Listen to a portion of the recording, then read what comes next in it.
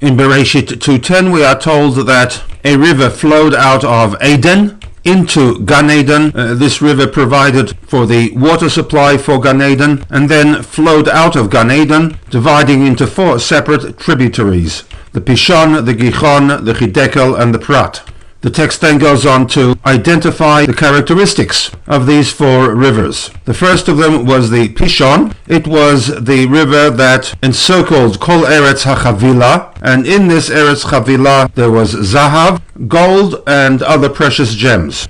As noted previously, Rashi attempts to identify as best as possible the present-day location of these 4 rivers. With respect to the Pishon, he maintains that this was the Nile River, Hu Nilos, the Nahar Mitzrayim, the main river in Egypt.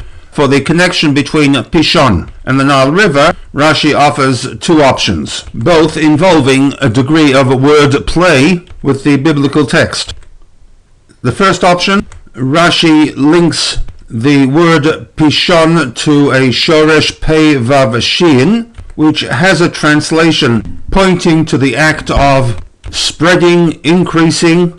And with respect to the Pishon and the Nile River, one of the characteristics of the Nile that contributed to the supremacy of Egypt was its ability to provide food for its people in an otherwise dry desert. When the Nile flooded, overflowed, increased and irrigated firstly the lands alongside the Nile River, and through irrigation channels more distant areas of farmland. In the words of Rashi, Ve'al Shem Shemeimav Mitbarachim, the waters of the Nile were blessed in that Va'olin Mashkin et Haaretz, that they increased and provided moisture for the surrounding land. And for this reason, Nikra Pishon, the Nile is referred to in the text as Pishon.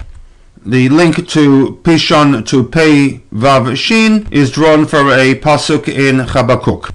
Rashi then goes on to offer a davar acher for Pishon, a second option, and that is it was connected to the land of Egypt because in the land of Egypt they were megadel pishtan. One of the crops that was grown in Egypt was the crop of flax, and from flax one was able to produce linen. The conversion from flax to linen is labor intensive. It therefore was expensive and generally available only to those who could afford to buy this expensive product. The question that was raised previously regarding Rashi's commentary to the Mipri Ha'adama, in which he maintained that it was Min Hagarua, substandard, and for which Rashi then goes on to provide 2 examples. One of those examples is Cain offered bundles of flax, to which the question was asked why Rashi does not provide a textual source for this assertion. A rule applied to the commentary of Rashi by the Rebbe is that unless there's a reason to do so, Rashi does not repeat information that had previously been established. Keeping in mind that the incident involving the offerings of Cain and Hevel are recorded in Bereshit Perek Daled, Rashi has previously commented in Perek 2 that Pishon is linked to the Nile River on account of the fact that it produced Pishtan, flax from which the expensive garments of linen were made. We can now fine-tune the comment of Rashi that Cain's offering was Min Hagarua. His offering was not a substandard species. Flax, linen, was beyond the reach of the average person, but on the contrary, his offering came from a quality species, but within the produce there understandably would be a range of quality flax, and he chose for his offering to God that which most probably would not be offered for sale. It was poor quality. He basically had no use for this damaged produce, and this is what he used for his offering to God. Hence the wording Min Hagarua as opposed to Min with a Yud, Garua.